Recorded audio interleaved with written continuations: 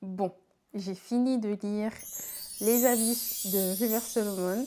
J'en ai parlé brièvement sur Instagram. Le premier jour, j'ai commencé à lire en disant que c'était lent et qu'il y avait beaucoup de répétitions notamment, et que ça me frustrait beaucoup. Finalement, je suis très contente de l'avoir lu. Je suis très contente d'être allée au bout de l'œuvre. Elle est assez courte, je crois que ça fait, ouais, c'est ça, ça fait 215 pages. Postface compris, ça fait 200 et quelques pages. Et franchement, c'était une lecture agréable, mais qui me laisse un peu, pas forcément mitigée, mais sur ma faim. Plutôt sur ma faim. Je vais expliquer pourquoi au fur et à mesure.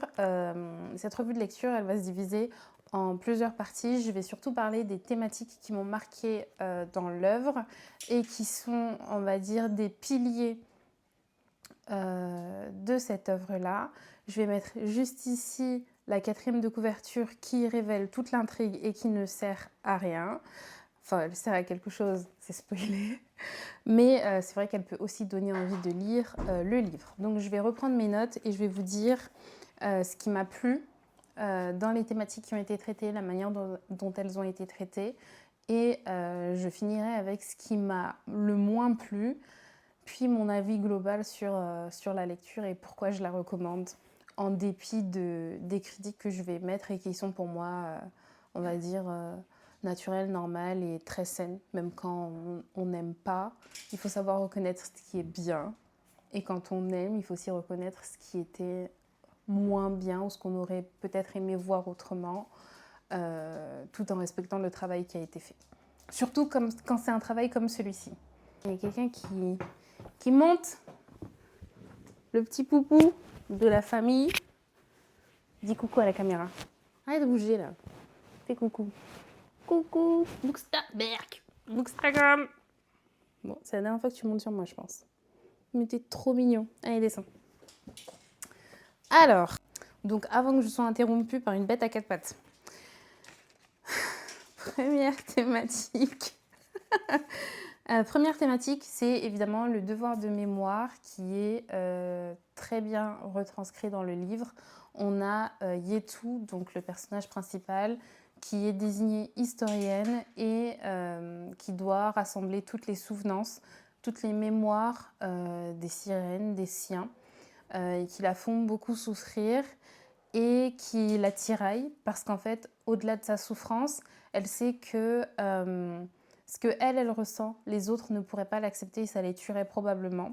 Et donc, elle est tiraillée en fait entre tout simplement le devoir et l'envie de mener une vie qui est à elle, détachée de toute attente et de toute pression sociale.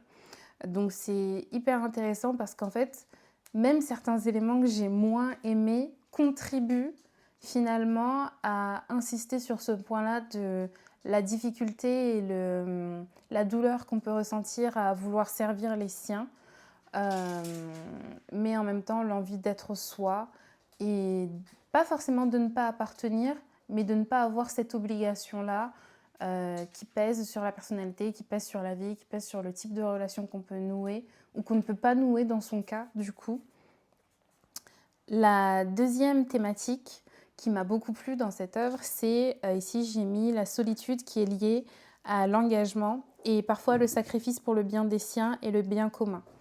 Donc en gros ce que j'ai remarqué dans ce livre et aussi dans la vraie vie, c'est que les personnes qui s'engagent pour des causes qu'on peut qualifier de nobles, par exemple on va parler du véganisme, toutes les personnes qui sont véganes ou végétaliennes et qui s'engagent politiquement, qui militent au quotidien pour le bien-être animal, mais aussi pour l'écologie, notamment pour l'écologie, pour la fin des systèmes mortifères qui tuent à petit feu ou à gros feu les êtres de cette planète. En fait, il y a une forme de solitude qui peut être ressentie puisqu'on est à la marge. C'est aussi le cas d'Yetu. Elle est à la marge de sa société, elle est historienne. C'est elle qui capitalise toutes les mémoires, toutes les souvenances, toutes les douleurs et toutes les choses atroces que les siens ont vécues. Et en fait, on compte sur elle. On compte sur elle. Tout le monde compte sur elle. C'est pas forcément le cas des personnes qui sont véganes, mais il y a des points intéressants au niveau de cet isolement qu'on peut ressentir, c'est pas forcément que c'est les autres qui vous isolent, mais c'est que vous pouvez plus faire corps de la même manière et il y a des choses que vous pouvez moins partager avec les autres tant qu'ils comprennent pas ce que vous vivez ou ce pourquoi vous vous battez et vous vous êtes engagé réellement. Ça m'a aussi, j'ai écrit ici militantisme et maternité. La solitude qui est liée à l'engagement, par exemple, je sais qu'il y a beaucoup de mamans dans mon entourage qui peuvent se sentir seules parce qu'en fait, elles ont des activités et des choses qu'elles doivent faire pour que leurs enfants se sentent bien, grandissent dans de bons environnements et qui peuvent leur causer de la solitude, du rejet, parfois très violent. Donc, c'est très touchant. La solitude qui est liée à l'engagement pour le bien des siens et pour le bien commun, c'est une thématique qui est vraiment traitée dans le livre et qui fait réfléchir en fait à ce que ça coûte finalement de s'engager et de faire pour les autres. Le coût, le coût pour la... Je ne sais pas si c'est une forme de justice, pas du tout en fait dans cette œuvre, c'est pas une forme de justice, mais de préservation. C'est une forme de préservation, le fait d'avoir créé ce rôle d'historien au sein de la société. De préservation des siens, de préservation de l'histoire. Il y a un coût qui est très élevé et c'est franchement bien... Je ne vais pas dire bien amené, c'est pas ce que je veux dire, mais c'est bien traité en tout cas. On le ressent bien. Donc, troisième thématique, la quête de sens et la quête de soi. Quand son histoire a été marquée par les violences et par la souffrance. Donc ça, c'est une thématique qui m'a beaucoup fait réfléchir. Comment est-ce qu'on se définit en prenant en compte ce que nos ancêtres ont vécu, ce que les nôtres peuvent continuer de vivre. Donc il faut le prendre en compte, mais il faut aussi trouver d'autres marqueurs, d'autres piliers pour créer son identité. Et en fait, Yetu, elle n'a pas cette chance-là. Parce que comme elle est historienne et comme elle a ce devoir de mémoire, en fait, toute sa vie ne tourne qu'autour de ça. Et c'est très marquant parce que du coup, en fait, elle est vraiment tout le temps en train de réfléchir à « j'ai envie d'être moi-même, mais en même temps, si je choisis de vivre pour moi, les souffrances vont retourner dans la communauté. » Les animaux qui se battent. Stop. Ça suffit là, tous les deux. Du coup, je disais, se définir dans ce contexte-là, ça peut être vraiment compliqué.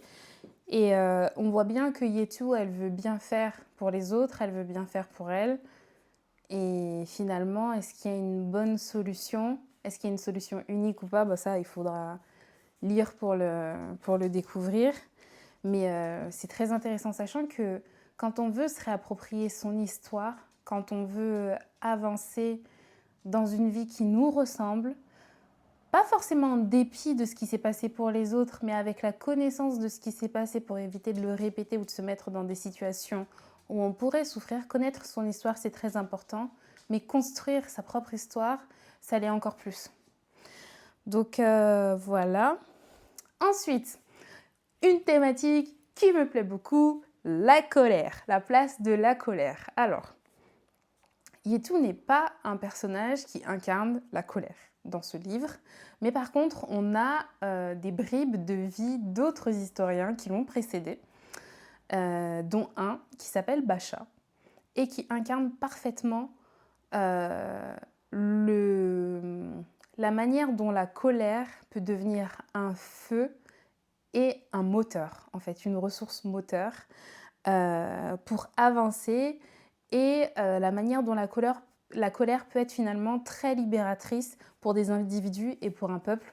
J'en dis pas plus parce que sinon je vais spoiler, mais franchement, j'ai trouvé ça juste et intelligent de l'intégrer là-dedans, surtout avec un personnage comme Yetu qui, comme je disais, ne l'incarne pas, mais dans l'engagement, dans tout ce qui va être lutte, dans tout ce qui va être militantisme, dans tout ce qui va être devoir de mémoire, il y a forcément cette émotion qui est là et à laquelle on ne laisse pas forcément de place. On va accepter la tristesse, on va accepter la résignation, on va accepter une forme de colère contenue, mais la colère qui va être explosive et qui va se rapprocher d'une forme de violence, qui peut être perçu comme quelque chose de violent et comme quelque chose d'agressif, ça n'a pas sa place. Pourtant, quand on a vécu les pires atrocités, on devrait comprendre que les peuples qui ont été victimes de ça soient en colère et que les formes de cette colère soient acceptées, qu'il y ait de l'endroit, des lieux pour les écouter, pour les entendre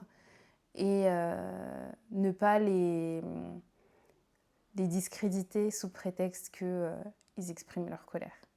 Si vous voyez de quoi je parle avec tout ce qui se passe aujourd'hui, que ce soit sur le territoire national français ou ailleurs dans le monde, vous comprendrez que la colère, elle a toute sa place et elle est politique. Comme tout ce qu'on vit. Voilà, tout ce qu'on vit. Tout ce qu'on vit, tout ce qu'on achète. Donc ça, c'était pour la première partie de cette revue. On va passer maintenant à ce qui m'a le moins plu. J'en parlais au début. Ce qui m'a le moins plu, c'est au début du livre, au-delà du fait que le rythme soit lent, c'est pas quelque chose qui me gêne en général, mais là, ça m'a vraiment limite pesé. Pourquoi ? Parce que je sentais qu'il y avait beaucoup de répétitions de l'intrigue. En fait, on disait, oui, Yetu, elle est tiraillée, Yetu hésite entre rester et partir, Yetu ne sait pas quoi faire. En fait, on répétait la même chose et tu as l'impression qu'on tourne en rond. Et c'est là où je disais au début de cette vidéo que c'est une répétition qui m'a frustrée, mais ça peut être aussi une manière d'incarner et de faire vivre au lecteur ce que Yetu ressent en fait. Le fait de ne pas savoir quoi faire et de stagner tout simplement. Et la stagnation, ça peut être quelque chose de très frustrant. Je ne me rappelle pas d'autres lectures qui m'ont autant frustrée de cette manière-là. Et c'est peut-être aussi la traduction qui joue, puisque je l'ai lu en français, peut-être que j'aurais dû le lire dans la langue de publication originale qui est l'anglais. Mais voilà, j'ai noté ici, le personnage tourne en rond, agit très peu et souffre beaucoup. C'est fatigant. C'est fatigant. Mais voilà, ça peut être voulu, recherché. Et une illustration en fait de la situation de Yetu qui est bloquée dans son cercle en fait, hein, dans son cercle au fond de l'océan avec tous les autres Wajinrus qui dépendent d'elle en fait tout simplement. Donc voilà, l'histoire est lente au début, mais il faut avouer qu'elle est très courte, c'est 200 pages. J'ai noté parfois c'est difficile de s'y retrouver entre les différents historiens auxquels on donne la parole, entre les différentes... comment on dit timeline en français ? Chronologie ? Entre les différentes chronologies. Mais peut-être que c'est la traduction qui ne fait pas honneur à la plume de River Solomon, ce que je pense très probable. Et dernier élément qui m'a le moins plu, c'est que les 3 historiens, donc Yetu, Bacha et Wadj, il me semble, peut-être que je confonds, mériteraient presque leur propre bouquin.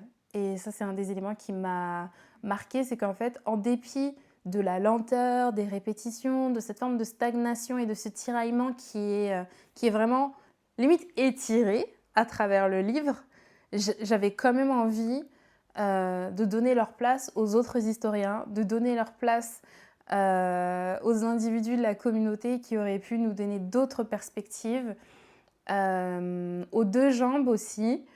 Si vous lisez le livre, vous saurez de quoi je parle, mais je pense que vous pouvez deviner aussi.